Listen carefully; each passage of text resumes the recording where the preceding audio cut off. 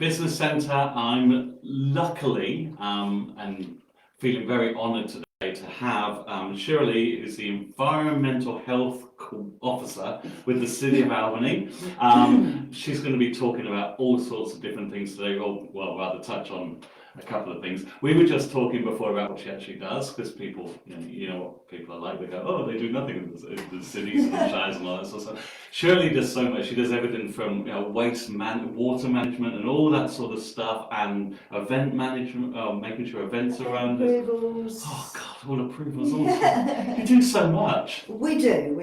That might be a podcast another day. Yeah, okay, we'll do that another day. But today we're going to be talking about the new national food standards, which are coming in on the 8th of December. So get ready, because you're going to need to know about this one, especially, well, it's anybody who's handling any sort of food, correct? Yep. Let's call that the basic way? Yeah. Yeah. We can cover off on that to see where you fit, where your business fits. So okay. Cool. Yep. Cool. Okay, we can definitely do that. What actually is the Food Safety Standard 3.2.2a?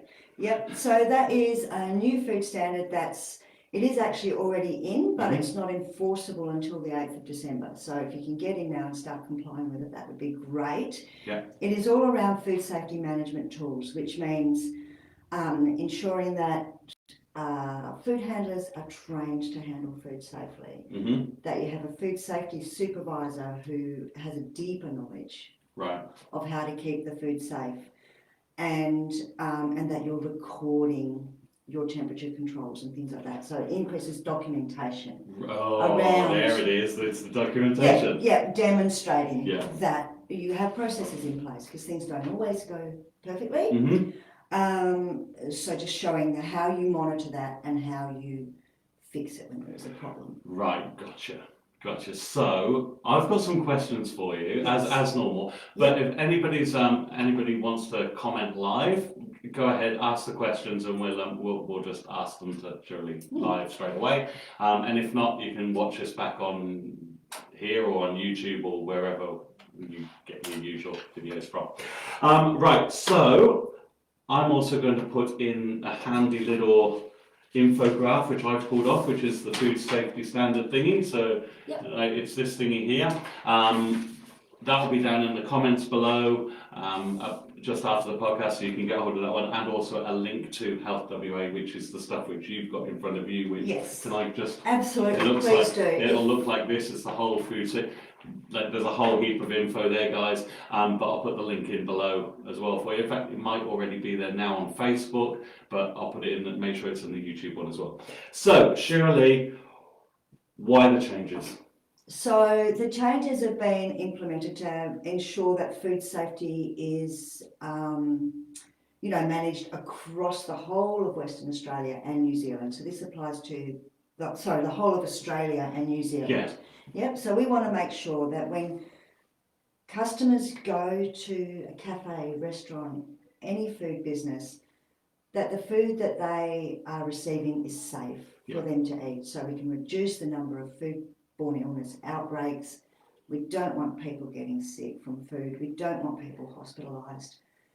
And of course, some vulnerable people, may actually, foodborne illness can cause death to some people. So it's a serious thing, and we want to increase that confidence, increase the food safety knowledge, increase that culture to provide safe food for people. And that makes a lot of sense, because on the whole, in general, people who are dealing with food are doing the right thing. Absolutely. And they want to do the right thing. But there are those times when something goes wrong, and we've all heard it, like somebody's had food poisoning, they've gone out to a restaurant and something's wrong, or they've gone to the markets and something's not quite been right with the way it's been prepared. So this kind of ties everything up together, so everything's on a level playing field, every environment's different, but everything's got to be on a level playing field so that you can control it and people don't get sick and die.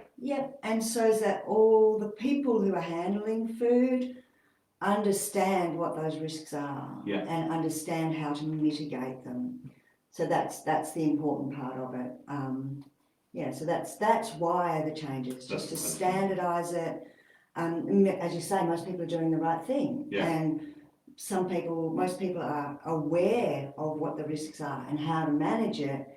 But this is just making sure that it's documented and Gotcha. updated, and that everybody who handles food is trained appropriately. So for those people who are doing the right thing, Yep. what are they going to need to do differently?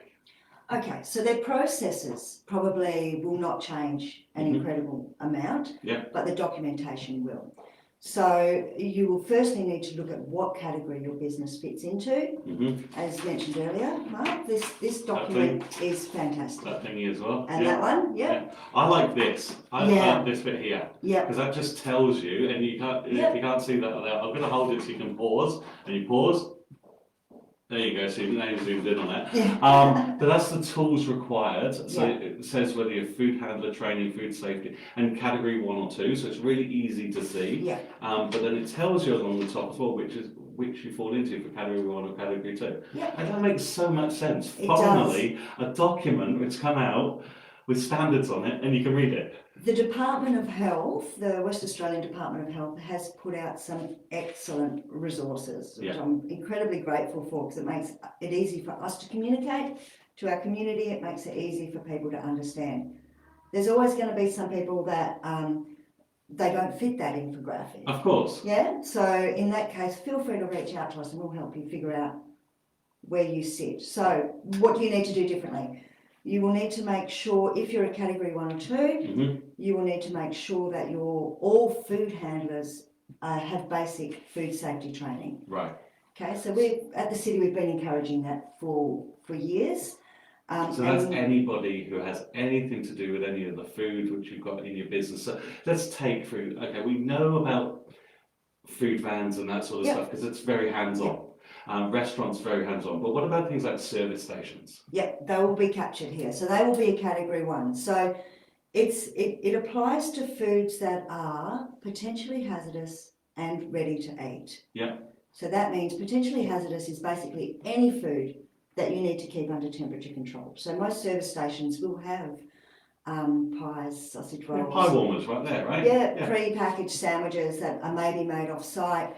They'll fit into the category 2. Mm-hmm. Okay. Right, so we can go through that later, or you can read the infographic and Read figure out where. the infographic. read the guys, infographic, seriously, it's figure out so where easy you to sit. read. Yeah, absolutely. So that will be, because we want to make sure that those pies and sausage rolls, whatever it is, or sandwiches are safe for people to eat, so Yeah. that they're not being sit in the bain-marie at a temperature that's likely to encourage bacterial growth. Yeah, and not in there for too long either. And apart from it not being so good for your health, tastes terrible, especially if you've got Yep. that sausage roll Yep. that's got all hard on We've it. all been there, Yeah, right? you're The right. last corn jack in the tray at There's 4 only o'clock. so much Yeah. tomato sauce Yes, to flavour. yeah. So yeah, we just want to avoid that. So even if you are not necessarily making the food but serving it, you need to have the skills and knowledge to make sure it's safe temperature, safely stored, safely handled, its packaging is clean, it's in date, all of those sorts of things. Yeah. Basic food handling.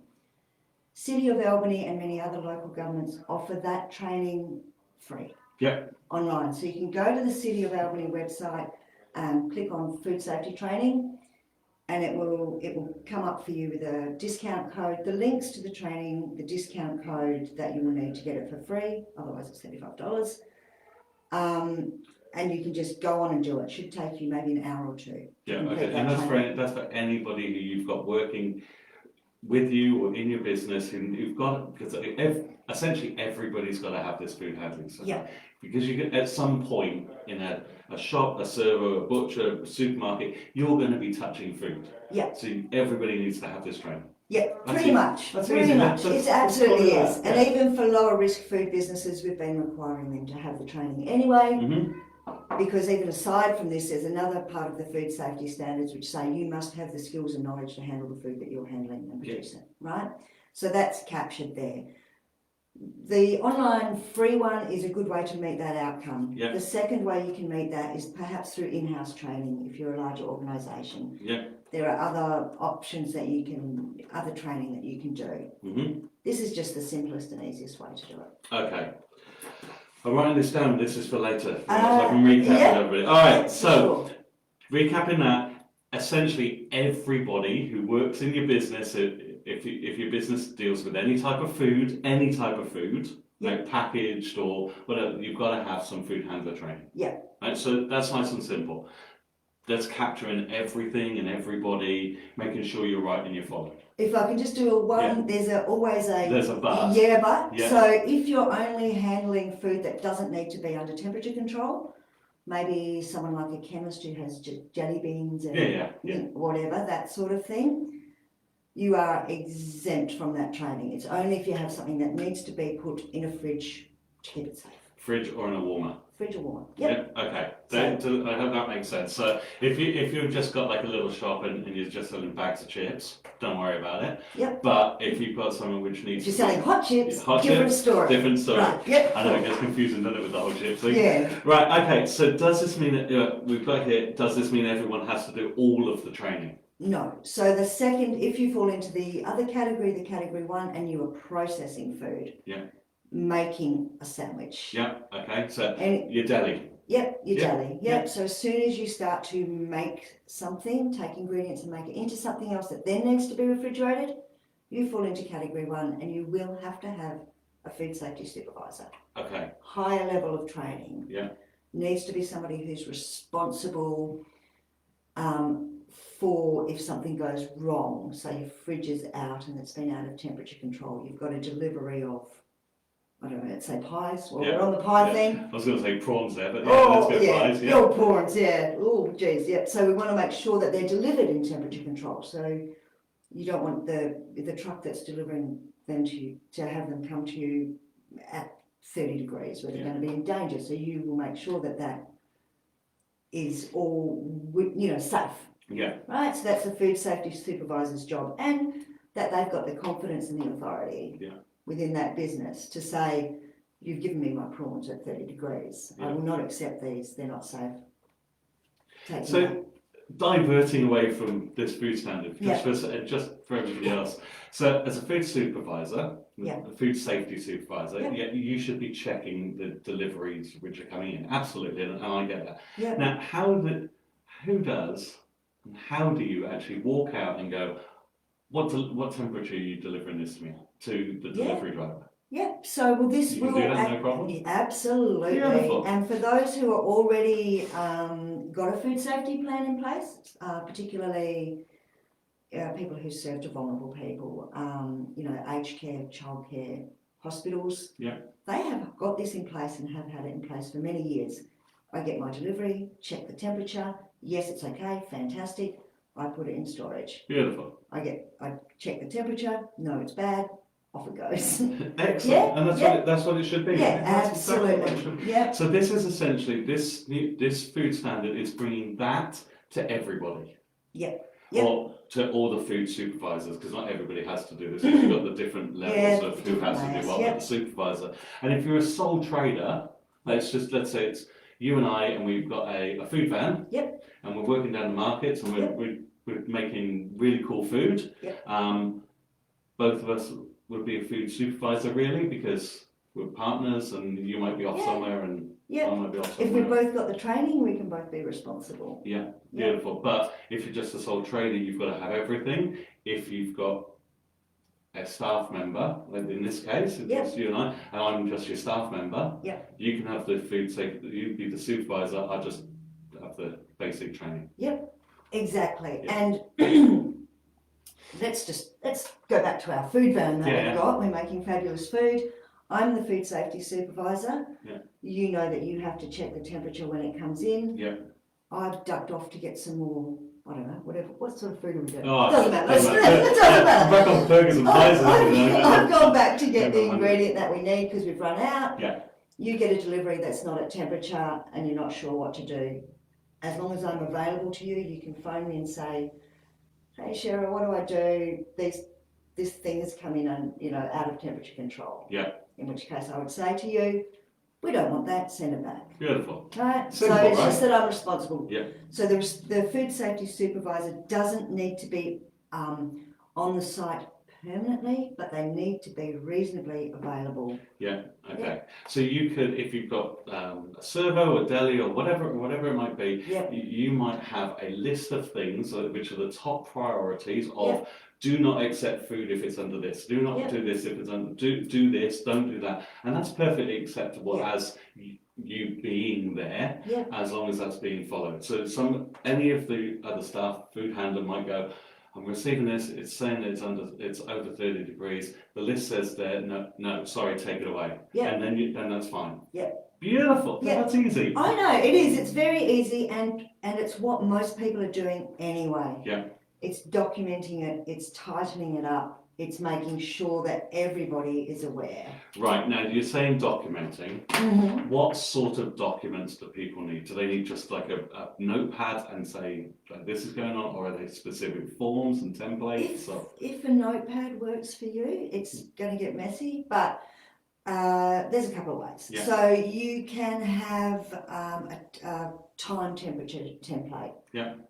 Again, Department of Health has made some of those available, Mhm. so that they're there for you to use in any way you choose. So you can use a simple temperature check and then write it down on the form, have your dates, have your spots that you want to check.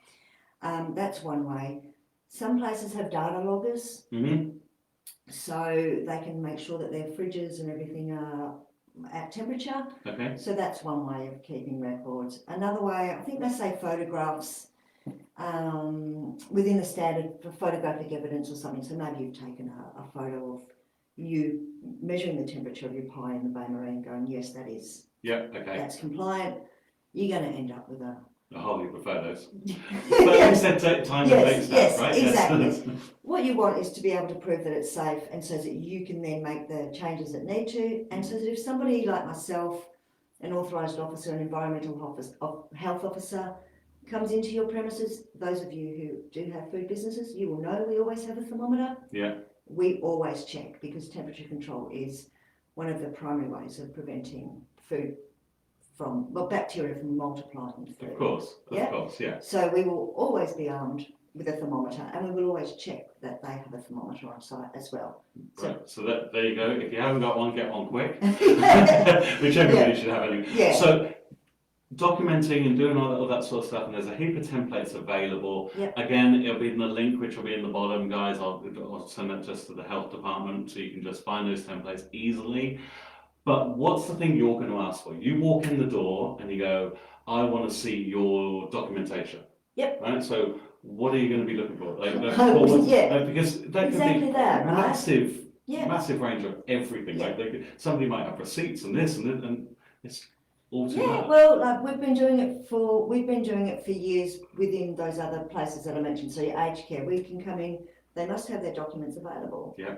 So have you got your food safety supervisor? Yes, that's me, I'm trained. After a while we will know who that person is. Yeah. Okay? So a cover page showing that food safety supervisor or supervisors, Yeah. multiple, like, here's the names of Yeah. them, have they got their ticket? Yeah. Yeah. Okay, copy of that certification in the background. Absolutely. So then you can just Yeah. cross-reference that. There it is, fantastic. Same with all a list of staff, and there's a copy of List their of stuff. You can either have a copy, or you can, show us that everybody's trained, demonstrate it somehow, whatever works for you.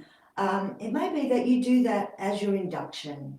Perfect. Right, so you get a Perfect. new staff member, here's your induction kit. Everybody who comes through here has got that. Yeah. Right? Otherwise they're not handling food in my business. That's perfect. So that's the easiest way to do it. All Part of that training, demonstrate. right? Absolutely. Part of training. Yeah. Get them on board. Get them on board. Yeah. Train them into how to use the till, how to do this. There's Yeah. your food safety training. There's that. Perfect. Yes, and if I happen to be walking around doing the inspection and notice somebody doing something that to me is unsafe or presents a food risk, I might go to the food safety supervisor at the time and say, can you just provide me evidence of that person's training? Perfect. Yeah. So they don't necessarily have it all in that one folder which you get to see, Yeah. but they might have it, online or up in the cloud somewhere, just copies of it Yeah. rather than bits of paper floating around everywhere. Exactly, but it needs to be available if you're asked. Yep. Perfect. Too That's easy, quite, isn't it's it? quite simple, really. I know. Oh, how long do you have to keep records for? I believe it is 3 months. 3 months? Yep. Yep. So obviously you would keep your records of your training, Of course. but 3 months for your temperatures and your cleaning schedule, maintenance schedules, those sorts of things. Yeah. Why 3 months? Is that your next question? No, it wasn't, but go on, no. Why 3 months? Yeah, well, that gives us time so that if there is some sort of a outbreak associated with your business, heaven forbid, or a complaint, we can go back to you and say, can you please show me your records for this day? Because sometimes there might be a lag between someone becoming ill, actually going to the doctor, getting the results back.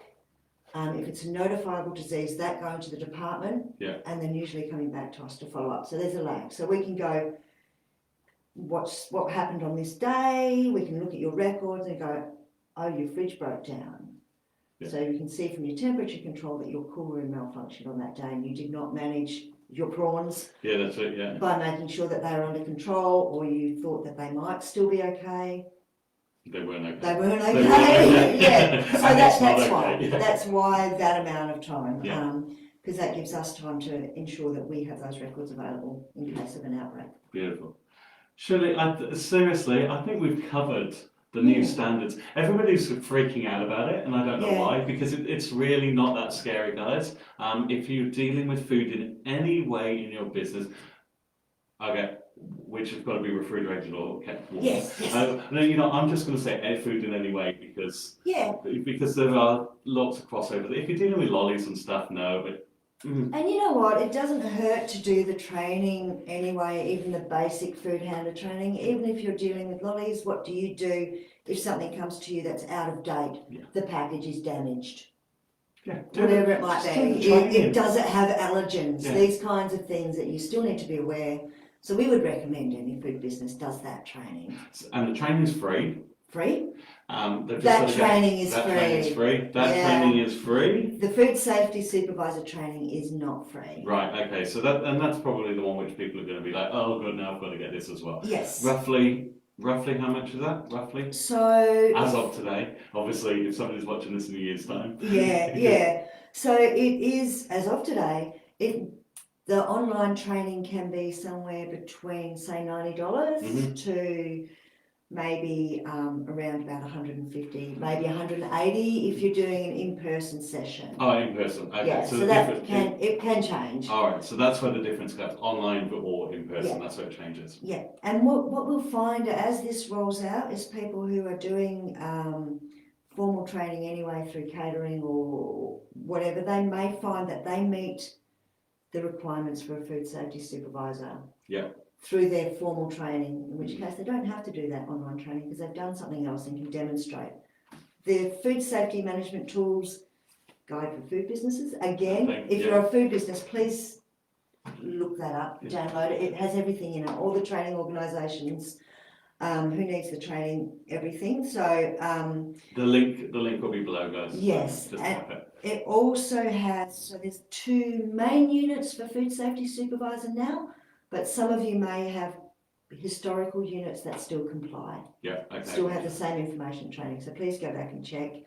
And if you meet those requirements, you can then be appointed as a food safety supervisor. Okay, now you said something about there's online, obviously that makes sense, online training versions of this, but also potentially face-to-facey stuff. Do you do those, or who does those? No, we don't. The city doesn't, but because the way that the legislation is structured, it needs to be done by a registered training organisation to ensure an RTO. That's it.